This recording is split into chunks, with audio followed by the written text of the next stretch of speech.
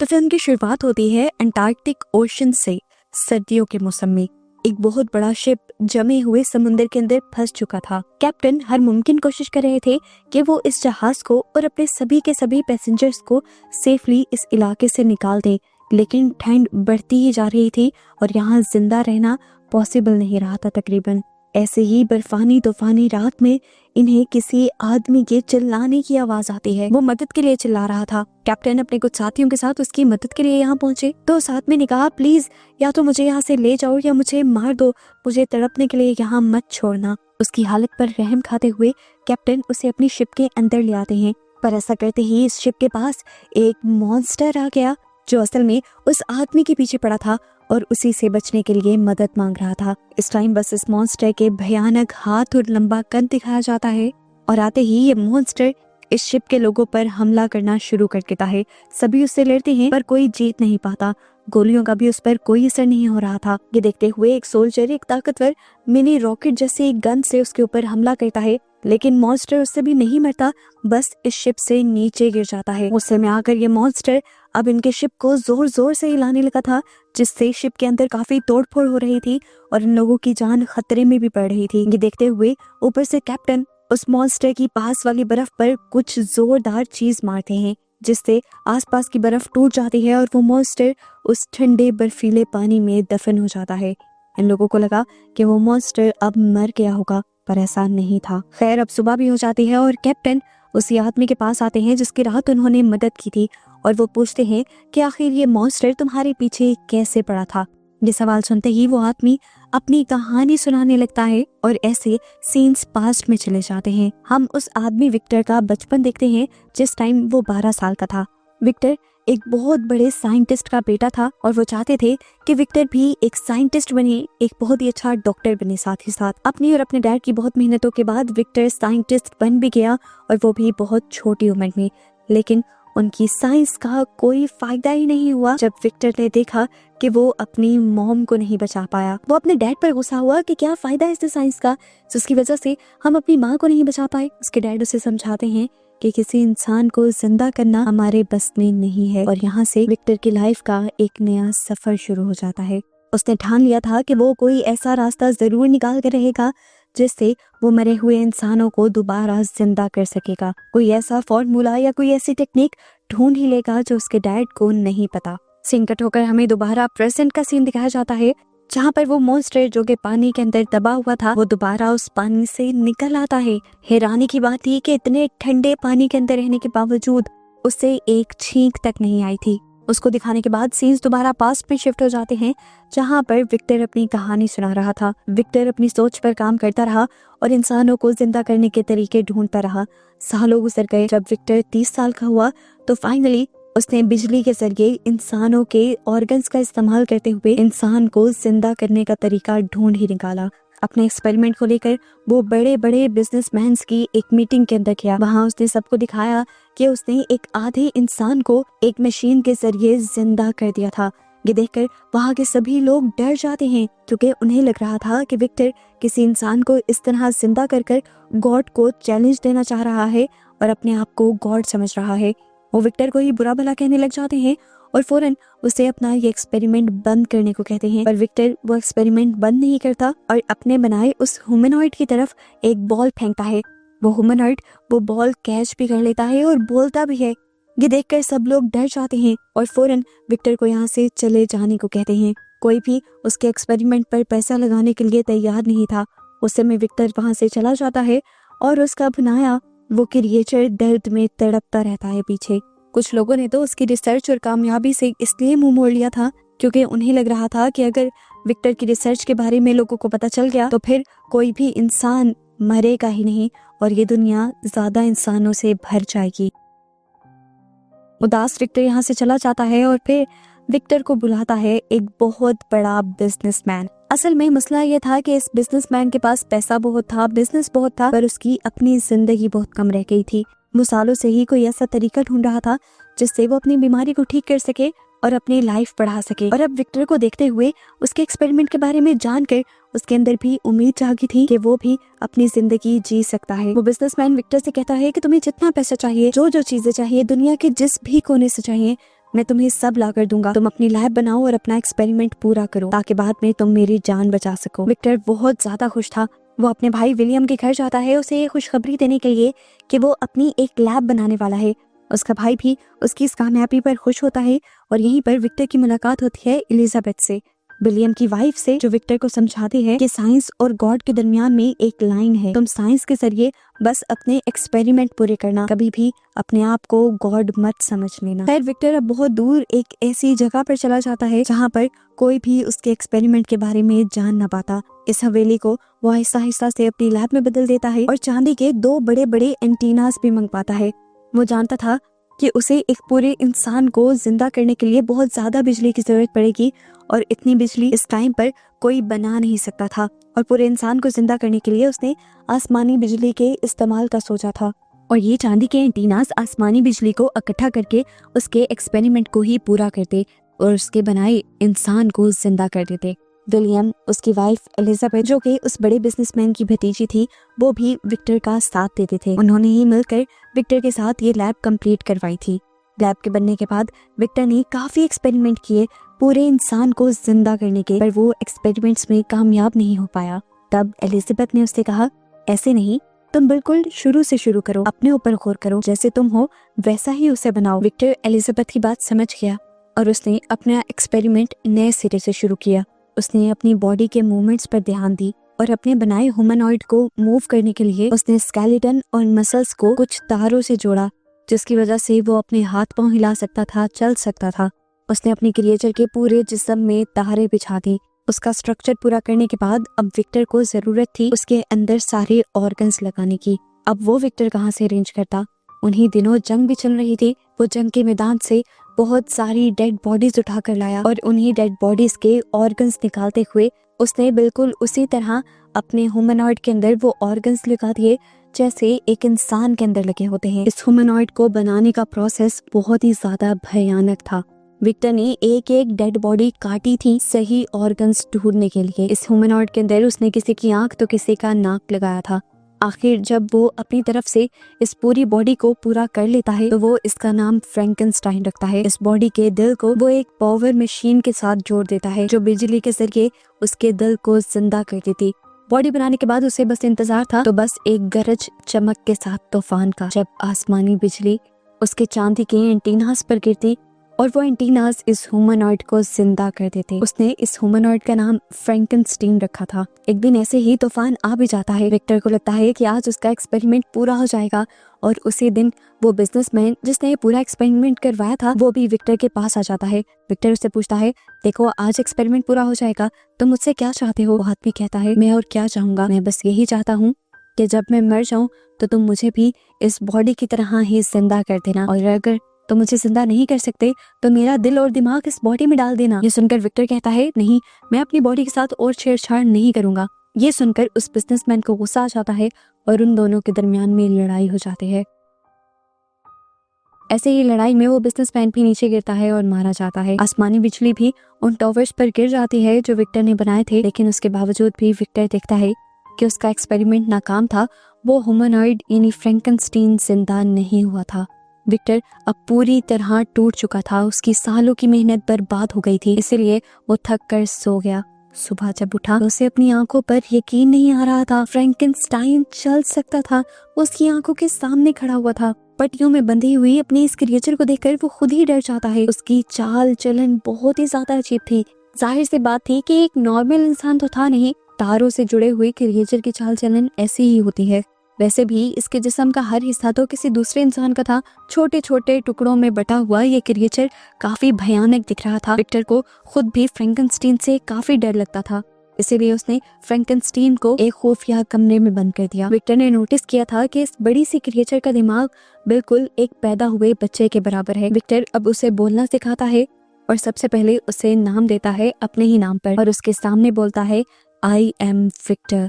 और फ्रैंकेनस्टाइन भी बिल्कुल उसी अंदाज में पर अपनी भयानक आवाज में बोलता है, आई एम विक्टर। हर गुजरते दिन के साथ विक्टर उसे आम इंसानों वाली लाइफ सिखाने की कोशिश करता रहा, लेकिन विक्टर एक बात भूल गया कि दिमागी तौर पर फ्रैंकेनस्टाइन एक बच्चा है और उसे एक बच्चे की तरह ट्रीट करना होगा। कुछ दिन गुजरते हैं। विलियम अपनी वाइफ एलिजाबेथ के साथ विक्टर से मिलने के लिए आते हैं। और उसके आने पर विक्टर घबरा जाता है क्योंकि विक्टर एलिजाबेथ के अंकल को मार चुका था। विक्टर अभी एलिजाबेथ से मिलता नहीं तो एलिजाबेथ को तहखाने से कुछ आवाजें आती हैं। वहाँ जब वो जाती है तो उसका सामना हो जाता है फ्रैंकनस्टीन से। वो उसे देखकर बहुत ज्यादा हैरान थी और विक्टर की कामयाबी पर खुश भी थी। फ्रैंकनस्टीन को देखकर वो कहती है, तुम तो बहुत बड़े हो। और यहाँ फ्रैंकनस्टीन उससे उसका नाम पूछता है और एलिजाबेथ उसे अपना नाम बताती है। एलिजाबेथ भी अब फ्रैंकनस्टीन को चीजें सिखाने की कोशिश करती है। वो उसे 3 नाम बताती है, पानी, हवा और आग। विक्टर जब ये नोटिस करता है कि फ्रैंकनस्टीन उसकी सिखाई बातें नहीं समझ रहा बल्कि एलिजाबेथ की सिखाई बातें समझ रहा है क्योंकि वो बच्चों के लेवल पर आकर उसे समझा रही है, तो उसे थोड़ी सी जेलसी फील होने लगती है।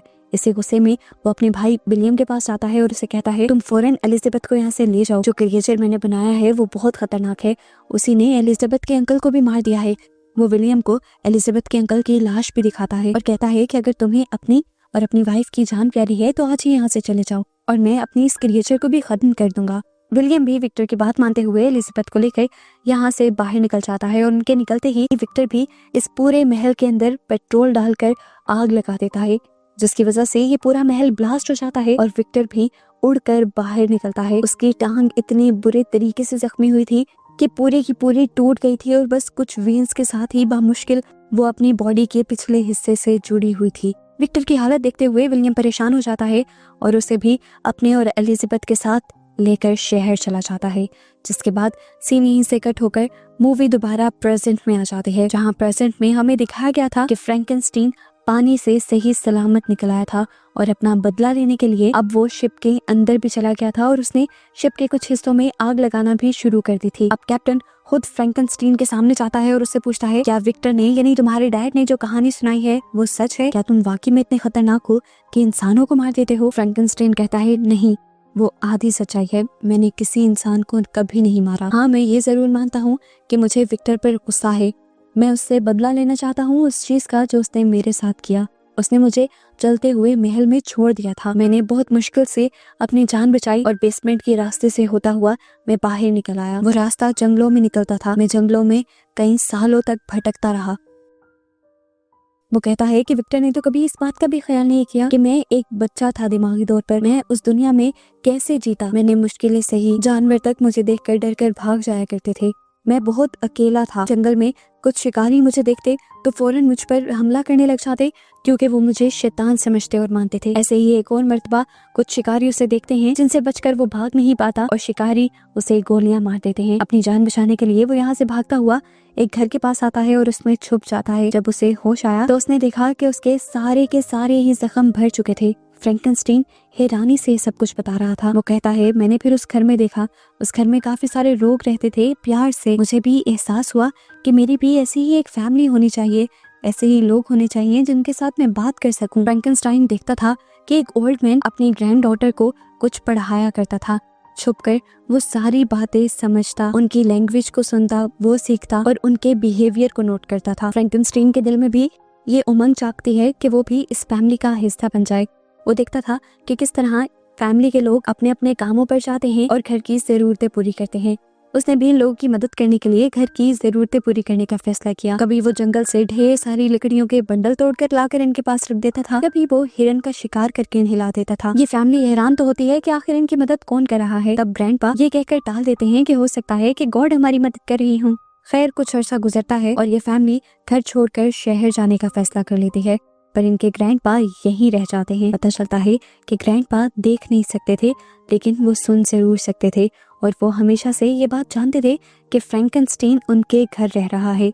वो फ्रैंकनस्टीन को एक इंसान ही समझते थे और वो ये भी जानते थे कि हमेशा से फ्रैंकनस्टीन ही उनकी मदद किया करता था। उनकी फैमिली के जाने के बाद फ्रैंकनस्टीन उनके सामने आ जाते हैं और ओल्ड मैन उसे अपने फैमिली मेंबर के तौर पर एक्सेप्ट कर लेते हैं। वो जितना अरसा फ्रैंकनस्टाइन के साथ रहते हैं, फ्रैंकनस्टाइन को इंसानों की तरह जीना सिखाते हैं, उसे पढ़ना सिखाते हैं और इंसानों वाले सभी काम करना सिखाते हैं। एक दिन फ्रैंकनस्टीन सब कुछ सीख जाता है और ग्रैंडपा उससे बात कर रहे होते हैं। वो उससे पूछते हैं कि तुम कहाँ से आए हो। फ्रैंकनस्टीन ये सवाल सुनकर चौंक जाता है क्योंकि इसका जवाब तो उसके पास भी नहीं था। ग्रैंडपा उसे समझाते हैं, तुम्हें कुछ तो याद होगा ना कि तुम आखिरी बार कहाँ पर थे। फ्रैंकनस्टीन कहता है, हाँ, जहाँ से मैं आया था मुझे वो जगह याद है, मैं वहाँ पर जा सकता हूँ। ग्रैंडपा उसे समझाते हैं, तुम वहाँ पर जाओ, तुम्हें अपनी लाइफ के बारे में पता चलेगा। उनकी बात मानते हुए फ्रैंकनस्टीन उसी लैब के पास आ जाता है जहाँ पर विक्टर ने उसे बनाया था। यहाँ पर उसे विक्टर के एक्सपेरिमेंट के बारे में पता चलता है और ये जानकर उसे हैरानी होती है कि वो पैदा नहीं हुआ था बल्कि बनाया गया था, और उसे यहीं से विक्टर का एड्रेस भी मिलता है। और वो सोच लेता है कि वो विक्टर के पास जाएगा और उससे रिक्वेस्ट करेगा कि वो उसी जैसा एक और क्रिएचर बना दे जिसके साथ वो इस दुनिया में रह सके, सरवाइव कर सके। अपने बारे में जानने के बाद वो फौरन ही ग्रैंडपा के पास जाता है उन्हें ये खुशखबरी सुनाने के लिए कि उसे अपने बारे में पता चल चुका है। पर वहां जाकर क्या देखता है कि भेड़ियों ने ग्रैंडपा पर हमला कर दिया था और ग्रैंडपा बिल्कुल मरने की हालत में थे। ये देखकर वो बिल्कुल टूट गया। उसने ग्रैंडपा से कहा, आप मर नहीं सकते, आप ही तो इस दुनिया में मेरे अकेले साथी हैं। इनकी बातों के दौरान ही यहाँ पर ओल्ड मैन के बेटे आ जाते हैं जो फ्रैंकनस्टीन को एक मॉन्स्टर समझ लेते हैं और पीछे से ही उसके ऊपर शूट कर देते हैं। उनसे बचने के लिए फ्रैंकनस्टीन भागता है और बाहर आ जाता है और ये आदमी उसके ऊपर इतनी गोलियां चलाते हैं कि आखिर वो गिर जाता है। इन्हें लगा था कि वो मर गया, पर वो सिर्फ बेहोश हुआ था। अगले दिन उसे दोबारा होश आ गया, लेकिन अब ग्रैंडपा भी उसके वहां नहीं रहे थे। उनके बच्चे उन्हें यहाँ से ले गए थे। फ्रैंकनस्टाइन अब जानता था कि उसे क्या करना है। उसे विक्टर के पास जाना था। विक्टर का एड्रेस उसे पहले ही मिल गया था। सफर तय करते हुए जब वो विक्टर के पास पहुंचा तो उसने देखा कि विक्टर और उसका भाई विलियम पार्टी कर रहे थे। ये देखकर उसे गुस्सा आ गया कि वो इस दर्द में जिंदगी गुजार रहा है और विक्टर अय्याशी की जिंदगी जी रहा है। इस गुस्से में वो विक्टर पर हमला करता है और कहता है कि मैं तुम्हें मार दूंगा। विक्टर भी उससे कहता है, मैं यही चाहता हूँ कि तुम मुझे मार दो। मुझे अफसोस है अपने पर कि मैंने तुम जैसी भयानक क्रिएचर को बनाया। मैं तो उस दिन से पछता रहा हूँ जिस दिन से मैंने तुम जैसे मॉन्स्टर को बनाया। फ्रैंकनस्टीन उससे कहता है, मैं मॉन्स्टर नहीं हूँ। पर विक्टर उसकी बात नहीं सुनता और उसके ऊपर गोली से हमला करने ही वाला होता है, पर एलिजाबेथ फ्रैंकनस्टीन के सामने आ जाती है और फ्रैंकनस्टीन की गोली अपने ऊपर खा लेती है। फ्रैंकनस्टीन एक मर्तबा दोबारा टूट गया था क्योंकि ग्रैंडपा और एलिजाबेथ ही थे जो उसे इंसान समझते थे। दुख में एलिजाबेथ को गोद से उठाए वो पार्टी में से बाहर निकल जाता है। घर पर अपनी वाइफ के मरने की वजह से विलियम भी सदमे में आ चुका था। वो विक्टर से कहता है कि तुमने सब बर्बाद कर दिया। हालांकि विक्टर उससे माफी भी मांगता रहा, लेकिन फिर भी विलियम उसे अपने घर से निकाल देता है। विक्टर को अब फ्रैंकनस्टीन पर बहुत ज्यादा गुस्सा आ गया था कि उसकी वजह से उसके भाई की लाइफ बर्बाद हो गई। बदला लेने के लिए वो दोबारा फ्रैंकनस्टीन को ढूंढते हुए उस तक पहुंचता है और गुस्से में जाकर उसकी नाक उतार देता है। विक्टर उससे कहता है कि मैं तुमसे अपना बदला लेकर ही रहूंगा। फ्रैंकनस्टीन कहता है, अच्छा, अगर तुम मुझसे अपना बदला लेना चाहते हो तो मुझे ढूंढ लेना। ये कहकर वो वहां से चला जाता है और ऐसे ही सालों गुजर जाते हैं। काफी सालों तक विक्टर भी फ्रैंकनस्टीन का पीछा करता रहा, कई ऐसी चीजें लेकर जिससे वो फ्रैंकनस्टीन को मार सकता था। एक दिन फ्रैंकनस्टीन खुद उसके सामने आ गया और उसने कहा, आखिर क्या है तुम्हारे पास मुझे मारने के लिए?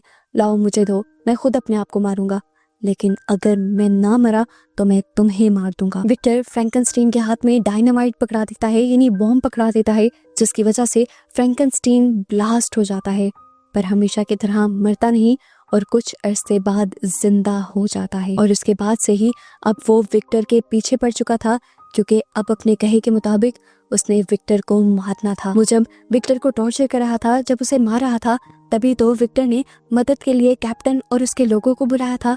ये वही सीन था जो हमें मूवी के स्टार्ट में दिखाया गया था। प्रेजेंट में फ्रैंकनस्टीन ही कैप्टन और विक्टर को ये सारी कहानी सुना रहा था। वो विक्टर से कहता है, मैं आपसे ज्यादा कुछ नहीं चाहता था, दिल से आपको मारना भी नहीं चाहता था, बस शुरू में मैं इतना ही चाहता था कि आपको ढूंढूं और आपसे कहूं कि मेरे जैसा एक और बना दो जिसके साथ मैं जिंदगी गुजार सकूं।